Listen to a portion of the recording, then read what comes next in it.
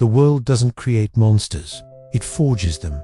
Before he became the Punisher, Frank Castle was just another man among many, serving his country in the shadows of forgotten wars.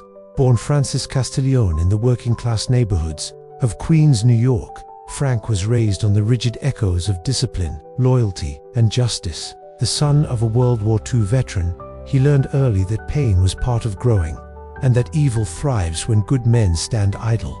While other kids dreamed of stadiums and skyscrapers, Frank dreamed of war.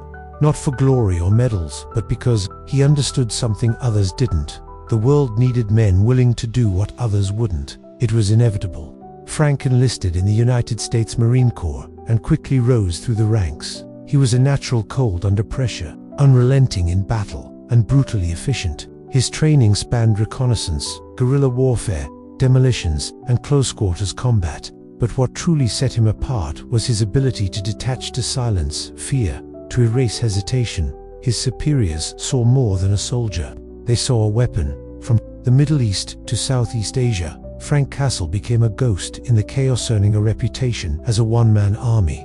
Time after time, he volunteered for missions with no guarantee of return. Extraction teams, black ops raids, sabotage, survived them all. He wasn't just surviving the war, he was becoming it. But every battle takes its toll. Frank returned to the US, not as a hero with medals, but as a man haunted by every choice. Beneath the surface, he buried the screams, the blood, the questions of morality. He tried to reintegrate into a world of shopping malls and Sunday dinners, clinging to the one thing that still made sense: family. Maria. Their love was the light in his darkness. Together, with their 2 children, Frank began to build something fragile: normalcy. He traded the battlefield for bedtime stories, scars for smiles. But even in moments of peace, the war inside him never truly stopped. The soldier within just waited. And then came the day that would shatter it all. A quiet afternoon in Central Park. A wrong place. A mob execution witnessed. In seconds, it became a massacre. His wife, his children, taken by bullets meant to silence witnesses. Frank Castle was left broken, bloodied and reborn. The system failed. The killers vanished into legal technicalities. The city turned a blind eye. But Frank didn't. He knew justice wasn't found in courtrooms, it was found in vengeance, that the man who returned from war had died that day in the park. What rose from his ashes was something else entirely. Not a man, a warning, a punisher. There are lines that even the darkest criminals won't cross. Frank Castle crossed them all and then drew new ones in blood. After the massacre in Central Park, something fundamental inside Frank shattered. The grief didn't break him, it weaponized him. What most would mourn, Frank transformed into purpose. He became the fury of a broken father, the ghost of a murdered husband, and the wrath of a soldier who no longer believed in mercy. No more uniforms, no more oaths, only war. The first to fall were the ones responsible. He tracked them through the shadows of the city: corrupt cops, mob enforcers, lawyers who buried truth under paperwork. One by one, he hunted them with military precision. It wasn't revenge, it was eradication. When the news media first reported the story, they didn't know what to call him. Some whispered urban legend, others called him a vigilante. But when the skull-emblazoned armor showed up on surveillance footage, when the bodies began to pile up in warehouses, alleyways, and crime dens, they gave him a name: the Punisher. He didn't want followers, he didn't wear a cape, he didn't deliver monologues. He left messages in blood and bullets. The criminal underworld panicked. Kingpins doubled their security. Street gangs fled neighborhoods. Drug rings went silent. Wherever crime lived, the Punisher came knocking. Interrogations, ambushes. He was a one-man shadow war. But war always brings consequences. NYPD's elite task forces tried to stop him. So did the FBI, the DE, and the CIA, any of whom once trained him. But none could predict his movements. He had no base, no allies, just an arsenal hidden across the city, and a mind that treated every hunt like a military campaign. Still, the Punisher's presence didn't go unnoticed by others in the shadows. Daredevil, the devil of Hell's Kitchen, saw in him a man consumed by fury, an anti-hero whose methods risked crossing the line between justice and savagery. Their clash was inevitable. When Frank and Matt Murdock faced each other, it wasn't just fists, it was ideology. Frank believed criminals deserved death. Matt believed they deserved a trial, and in the heat of battle, neither would yield. But Frank wasn't just fighting thugs, he was fighting himself. Late at night, after the smoke cleared, he still saw their faces, Maria's smile, his children's laughter. He carried their photographs like talismans, their memories like ghosts. No matter how many criminals he put in the ground, the hole in his chest never closed.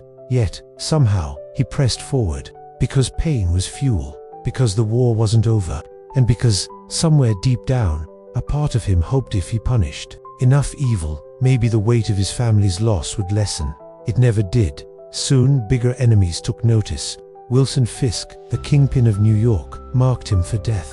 The Russian mob, the cartels, the Mafia, they united, not out of loyalty, but fear. Entire hit squads were dispatched. Traps were set, bounties were placed. But every time, Frank survived. Every bullet wound, every ambush, he endured them all. Because he wasn't fighting to live. He was fighting so others wouldn't have to bury their families like he did. The Punisher wasn't hunting criminals anymore. He was declaring war on the very idea of crime, and war was all he knew. There are many who fight crime, fewer who become justice. But Frank Castle, who became something else. After waging war in New York, Frank's legend spread far beyond the alleys of Hell's Kitchen and the shadows of Queens. The Punisher wasn't just a myth anymore. He was a force, a movement. And when the syndicates couldn't contain him, they exported him to them. Exile was safer than facing his wrath, but they underestimated him. Again, from the freezing docks of Vladivostok to the scorched deserts of Kandahar, from European safe houses to South American jungles, Frank Castle became the hunter of men who thought borders could shield them. No country, no cartel, no tyrant was untouchable. In Afghanistan, he dismantled a black market weapons pipeline with nothing but a stolen jeep, a scoped rifle, and the ghosts of his past whispering in his ear. In Mexico, he single-handedly brought down an entire drug operation embedded within a local militia. Using guerrilla tactics even seasoned warlords couldn't predict.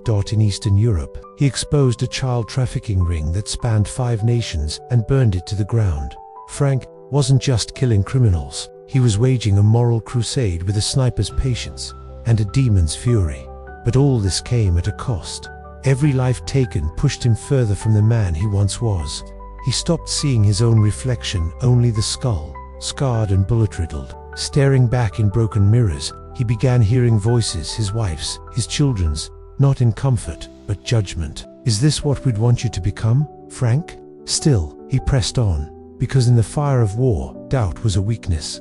And Frank Castle had buried his weaknesses long ago alongside his humanity. That's when Microchip found him. David Linus Lieberman, a former NSA analyst who had lost his own family to the rot of corruption, reached out not to stop the Punisher, but to help him. Micro saw what the world wouldn't. Frank didn't need rehabilitation. He needed infrastructure. Together, they formed an uneasy alliance. Tech meets terror.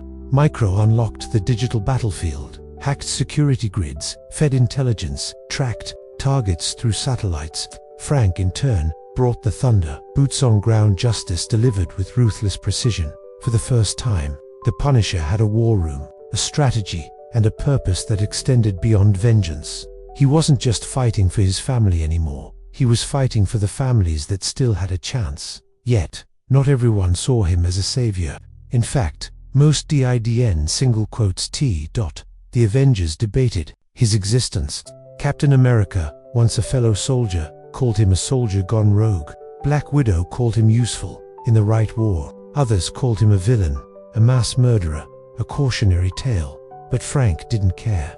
He didn't fight for headlines or hashtags. His morality wasn't up for public approval. He operated in the cracks of the system, because the system had failed him, and the more he fought, the more he uncovered.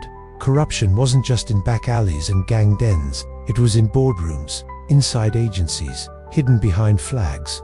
He discovered that the very people who ordered his family's death were still alive, richer, more powerful than ever. Not mobsters, government contractors, politicians, war profiteers. The conspiracy went deeper than he imagined, and so the war escalated. Frank infiltrated private military corporations with billion-dollar budgets. He exposed intelligence agencies laundering weapons.